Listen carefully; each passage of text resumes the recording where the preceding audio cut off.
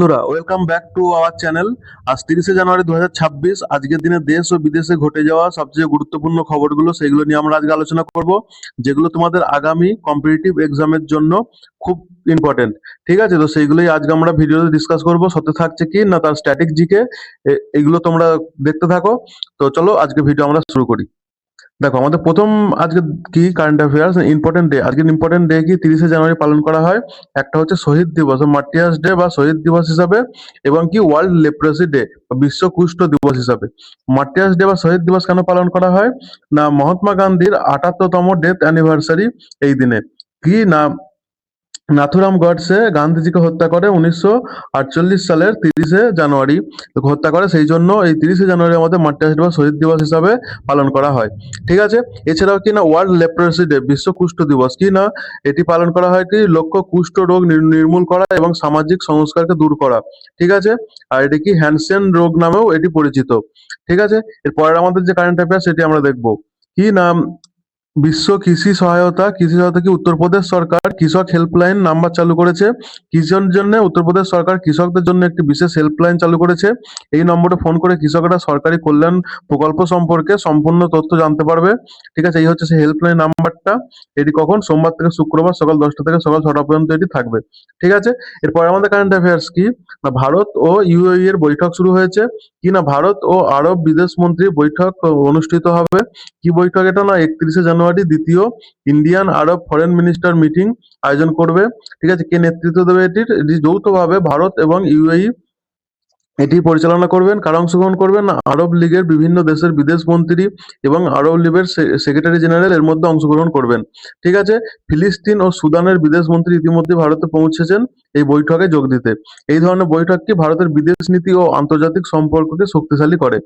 এরপরে আমাদের current affairs কি মেদারাম সামাক্কা সারালাম্মা মহা যাত্রা, এই যে অনুষ্ঠানটি বা এই ফেস্টিভ্যালটি কোথায় শুরু হয়েছে না, মদারাম তেলেঙ্গানাতে এটি শুরু হয়েছে।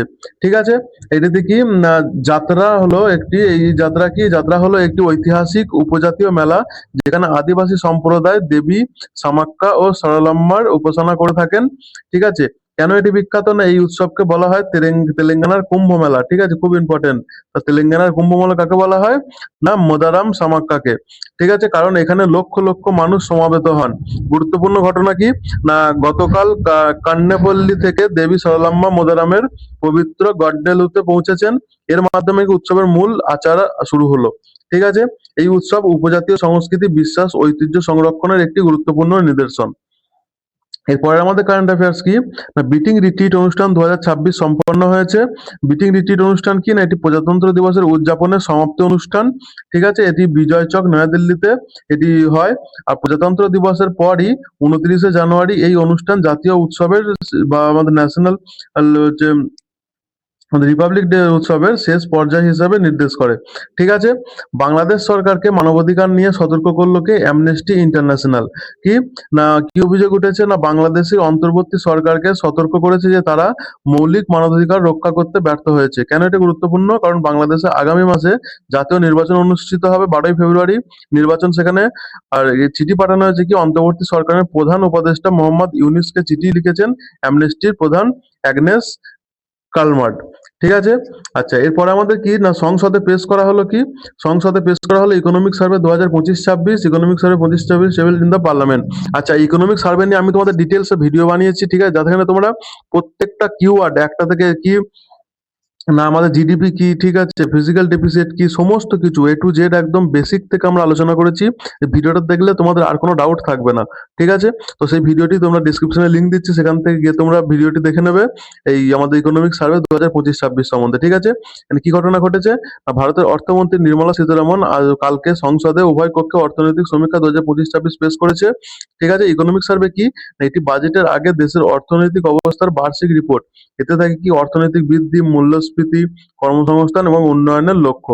ঠিক আছে, আচ্ছা, এরপর আমাদের কারেন্ট অ্যাফেয়ার্স কি না, Republic day parade 2026, Republic day parade 2026 official result ঘোষণা করা হয়েছে। প্রজাতন্ত্র দিবসে যে কুচকাওয়াজ হয়েছে সেই কুচকাওয়াজের ফলাফল ঘোষণা করা হয়েছে। সেখানে কি সেরা কুচকাওয়াজ দল কোনটা হয়েছে না, ভারতীয় নৌবাহিনী এবং কি দিল্লি পুলিশ। আচ্ছা, সেরা ট্যাবলো হয়েছে কোথাকার, কোন রাজ্যের বা কেন্দ্রশাসিত অঞ্চলের? মহারাষ্ট্রের গণেশ উৎসব হচ্ছে 1 নম্বরে, জম্মু কাশ্মীরের হস্তশিল্প হচ্ছে 2 নম্বরে, আর কেরালার ওয়াটার মেট্রো হয়েছে 3 নম্বরে। ঠিক আছে, এছাড়াও বিশেষ পুরস্কার কারা জিতেছে? সংস্কৃতি মন্ত্রক বা মিনিস্ট্রি অফ কালচার, আর সিপিডাব্লিউডি আর বন্দে মাতরম ড্যান্স গ্রুপ জিতেছে কি না বিশেষ পুরস্কার। ঠিক আছে, এরপরে আমাদের কারেন্ট অ্যাফেয়ার্স দেখবো। পরের আমাদের কারেন্ট অ্যাফেয়ার্স কি না, মেঘালয়ের লিভিং রুট ব্রিজ ইউনেস্কো তালিকার অন্তর্ভুক্তর পথে।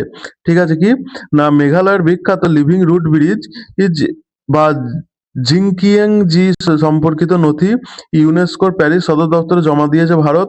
ঠিক আছে, আর কে জমা দিয়েছে? এটি ভারতের ইউনেস্কো প্রতিনিধি বা রাষ্ট্রদূত বিশাল ভি ভার্মা এটি জমা দিয়েছে। ঠিক আছে, এটি কোথায় অবস্থিত? এই সাংস্কৃতিক ঐতিহ্য রয়েছে খাসি পাহাড়, জয়ন্তিয়া পাহাড় এর মধ্যিখানে। ঠিক আছে, কেন এটি বিশেষ? এই সেতুগুলি গাছের শিকড় দিয়ে জীবন্তভাবে তৈরি হয়, যা কয়েক শতাব্দী ধরে খাসি ও জয়ন্তী আদিবাসী সম্প্রদায় ধরে ধরে রেখেছে। ঠিক আছে,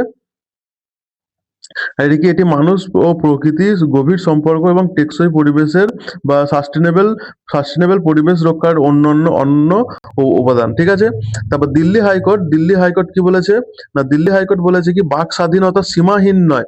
ঠিক আছে, দিল্লি হাইকোর্টের গুরুত্বপূর্ণ মন্তব্য কি বলেছে? দিল্লি হাইকোর্ট স্পষ্ট করেছে যে বাক স্বাধীনতা একটি মৌলিক অধিকার হলেও এটি সীমাহীন নয়। ঠিক আছে, কোন সীমাবদ্ধতা আছে এর মধ্যে না, ভারতের সংবিধানের আর্টিকেল 19(2) অনুযায়ী যুক্তিসঙ্গত কিছু বিধিনিষেধ আরোপ করা হয়েছে। কি না আদালত বলেছে বাক স্বাধীনতার নামে বলা যাবে না কি মানহানিকর বক্তব্য এগুলো দেওয়া যাবে না, অপমানজনক প্রচার করা যাবে না, বিদ্বেষমূলক বা ক্ষতিকর ভাষণ দেওয়া যাবে না। ঠিক আছে, the court said freedom of speech cannot be used for defamatory, abusive campaign or malicious speech. ঠিক আছে, অধিকার থাকলেও অন্যের সম্মান মর্যাদা রক্ষা করার সাংবিধানিক দায়িত্ব। ঠিক আছে, তো এই ছিল আমাদের 30 তারিখের কারেন্ট অ্যাফেয়ার্স। ঠিক আছে, তো তোমরা এগুলো দেখো এবং নোট করো। আর সঙ্গে তোমরা কি না ইকোনমিক অ্যাফেয়ার্স এর যে ভিডিওটি আমরা দিয়েছি, ইকোনমিক সার্ভের যে ভিডিওটা আমরা আপলোড করেছি সেইটিকে তোমরা দেখো। ঠিক আছে, সেটি দেখলে তোমাদের A to Z সমস্ত কিছু ক্লিয়ার হয়ে যাবে। আর খুব ইম্পর্টেন্ট এটা পরীক্ষার জন্য। ঠিক আছে, বাজেটের থেকেও বেশি ইম্পর্টেন্ট কি না ইকোনমিক সার্ভে। ঠিক আছে, তো আজকের ভিডিও এতটাই।